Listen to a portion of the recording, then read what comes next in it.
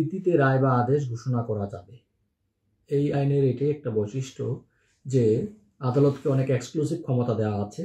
Subsection 4-এ কিন্তু প্রিয় দর্শক বলা আছে যে মামলার শুনানির জন্য ধার্য প্রথম তারিখে অথবা মামলার যে কোনো পর্যায়ে আদালতের নিকট যদি প্রতীয়মান হয় যে পক্ষগণের মধ্যে আইনগত কোনো বিষয় বা বিরোধ নাই, তাহলে আদালত অবিলম্বে রায় বা আদেশ প্রদান করে মামলাটি চূড়ান্তভাবে নিষ্পত্তি করতে পারবে। এটা আদালতের সুস্পষ্ট এখতিয়ার রয়েছে। প্রিয় দর্শক, এই ধারাতে মোটামুটি এই বিষয়গুলোই ছিল আজকের আলোচনায়। তবে এই ধারা সম্পর্কিত কিছু জাজমেন্ট আপনাদের সুবিধার্থে আজকে আমি শেয়ার করছি আপনাদের সাথে। Anisur Rahman versus government of Bangladesh, এটা একটা রিট পিটিশন হয়েছিল। এটা 12 BLC। আসসালামু আলাইকুম প্রিয় দর্শক, কেমন আছেন আপনারা? আশা করি ভালো আছেন। আমি ফরহাদুদ্দিন আহমেদ, অ্যাডভোকেট, আপিল বিভাগ, বাংলাদেশ সুপ্রিম কোর্ট। স্বাগত জানাচ্ছি আপনাদেরকে আজকের আলোচনায়। অর্থ আদালত আইন 2003-এর ধারাবাহিক আলোচনার 8ম পর্বে আপনাদেরকে স্বাগত জানাচ্ছি। আমি আজকে আলোচনা করব সেকশন 13 নিয়ে, অর্থাৎ 13 নম্বর ধারা নিয়ে। আজকের আলোচনায় আপনার সাথেই থাকবেন আশা করছি। সেকশন 13-এর সাবসেকশন 1-এ আমরা দেখতে পাই যে লিখিত জবাব সম্পর্কিত বিষয়ে আলোচনা করা হয়েছে। শুনানি আর্জি এবং লিখিত যে বর্ণনা আছে পর্যালোচনা করবেন। বিজ্ঞ আদালত মামলার বিচার্য বিষয় গঠন করবেন এবং যদি বিচার্য বিষয় না থাকে আদালত অবিলম্বে রায় বা আদেশ প্রদান করবেন।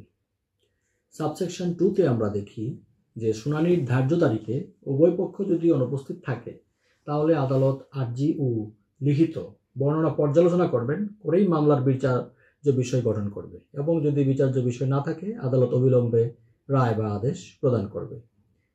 সাবসেকশন 3-তে প্রিয় দর্শক আমরা জানি আইনে বলা আছে সুস্পষ্টভাবে যে মামলার শুনানির যে কোনো পর্যায়ে যদি বিবাদী কর্তৃক বাদীর আর্জির বক্তব্য স্বীকার করে ওই স্বীকৃতির ভিত্তিতে রায় বা আদেশ ঘোষণা করা যাবে। এই আইনের এটাই একটা বৈশিষ্ট্য যে আদালতকে অনেক এক্সক্লুসিভ ক্ষমতা দেওয়া আছে। সাবসেকশন 4-এ কিন্তু প্রিয় দর্শক বলা আছে যে মামলার শুনানির জন্য ধার্য প্রথম তারিখে অথবা মামলার যে কোনো পর্যায়ে আদালতের নিকট যদি প্রতীয়মান হয় যে পক্ষগণের মধ্যে আইনগত কোনো বিষয় বা বিরোধ নাই, তাহলে আদালত অবিলম্বে রায় বা আদেশ প্রদান করে মামলাটি চূড়ান্তভাবে নিষ্পত্তি করতে পারবে। এটা আদালতের সুস্পষ্ট এখতিয়ার রয়েছে। প্রিয় দর্শক, এই ধারাতে মোটামুটি এই বিষয়গুলোই ছিল আজকের আলোচনায়। তবে এই ধারা সম্পর্কিত কিছু জাজমেন্ট আপনাদের সুবিধার্থে আজকে আমি শেয়ার করছি আপনাদের সাথে। Anisur Rahman versus government of Bangladesh, এটা একটা রিট পিটিশন হয়েছিল। এটা 12 BLC-তে রিপোর্টেড হয়েছে। 2007 সালের কেস প্রিয় দর্শক, হাইকোর্ট ডিভিশনের কেস, পেজ নাম্বার 22-তে এটা রিপোর্টেড হয়েছে। KM Hamidur Rahman versus national housing finance investment limited নামে আরেকটি মামলা রয়েছে প্রিয় দর্শক এই সংশ্লিষ্ট। এটাও 12 BLC-তে রিপোর্টেড হয়েছে। 2007 সালের কেস। এটা একটা রিট পিটিশন ছিল, পেজ নাম্বার 578 যতটুকু আমার মনে পড়ে। Prime global limited versus joint district জাজ অ্যান্ড অর্থ আদালত নং 4 ঢাকা অ্যান্ড আদার্স, এটা একটা রিট পিটিশন হয়েছিল। 11 BLC-তে রিপোর্টেড হয়েছে। 2006 সালের মামলা, হাইকোর্ট ডিভিশনের একটা কেস। 236 নম্বর পেজে প্রিয় দর্শক এটা রিপোর্টেড হয়েছে। মোহাম্মদ আশরাফ উদ্দিন আখন্দ ভার্সেস অর্থ আদালত অ্যান্ড আদার্স, 15 BLT-তে এই মামলাটি রিপোর্টেড হয়েছে। 2007 সালের কেস প্রিয় দর্শক, এটিও হাইকোর্ট ডিভিশনের একটি case. Afran Uddin Akhand versus others, এটাও অর্থঋণ আদালত আইনের এগেনস্টে হয়েছিল। এটাও 15 BLT-তে 2007 সালের কেস। 343 নম্বর পেজে এটা আছে। Mokarram Ali and other versus Mohammad Madhumia and others, এই মামলাটি প্রিয় দর্শক 9 BLD-তে রিপোর্টেড হয়েছে। এটা অ্যাপিলেট ডিভিশনের কেস, 9 BLD এডি, পেজ নাম্বার 67 প্রিয় দর্শক।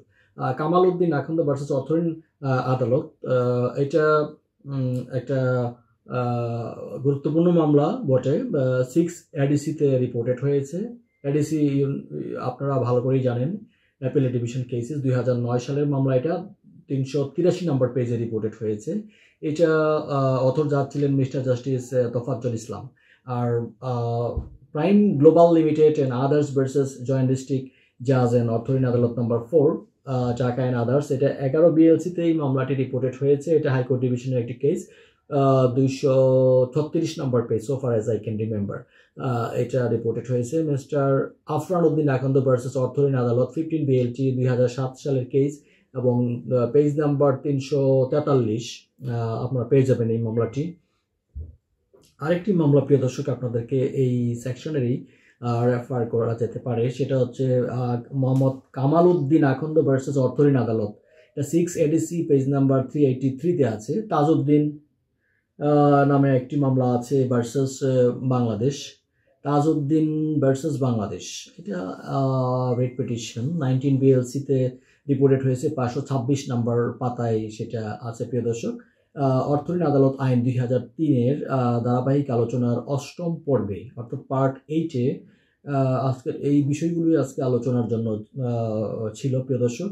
তো আশা করি আপনাদের ভালো লেগেছে এবং প্রত্যেকটা পার্টেই আমি চেষ্টা করব যে সংশ্লিষ্ট যেই জাজমেন্টগুলো রিপোর্টেড হয়েছে বিভিন্ন জার্নালে, ল জার্নালে, সেগুলো আপনাদের সামনে উপস্থাপন করার জন্য, পরিবেশন করার জন্য, যাতে করে কিছুটা হলে আপনারা উপকৃত হতে পারেন। এই রেফারেন্সগুলা যদি আপনারা সংগ্রহে রাখেন এবং যদি এগুলোর উপর একটু চোখ বোলান, তাহলে আশা করা যায় যে এই ধারা সংশ্লিষ্ট কোনো ডিসপিউট যদি অ্যারাইজ করে বা এই ধারা সংশ্লিষ্ট যদি কোনো ভবিষ্যতে মামলা মোকদ্দমা পরিচালনা থেকে আরম্ভ করে বিচার প্রার্থী থেকে সংশ্লিষ্ট সকলে যারা আছেন তারাই উপকৃত হবেন। ধন্যবাদ সবাইকে। ভালো থাকুন, সুন্দর থাকুন, সুস্থ থাকুন। চলুন আমরা দুর্নীতিমুক্ত বাংলাদেশ গঠন করি, নিজের পেশাগত দায়িত্ব যথাযথভাবে পালন করি। আর আমরা যারা সম্মানিত বিচার প্রার্থী আছেন প্রত্যেকেই আসলে একটা জিনিস খেয়াল রাখা উচিত যে মিথ্যা মামলা করা এবং মিথ্যা সাক্ষ্য দেওয়া থেকে নিজেদেরকে বিরত রাখতে হবে। ধন্যবাদ সবাইকে।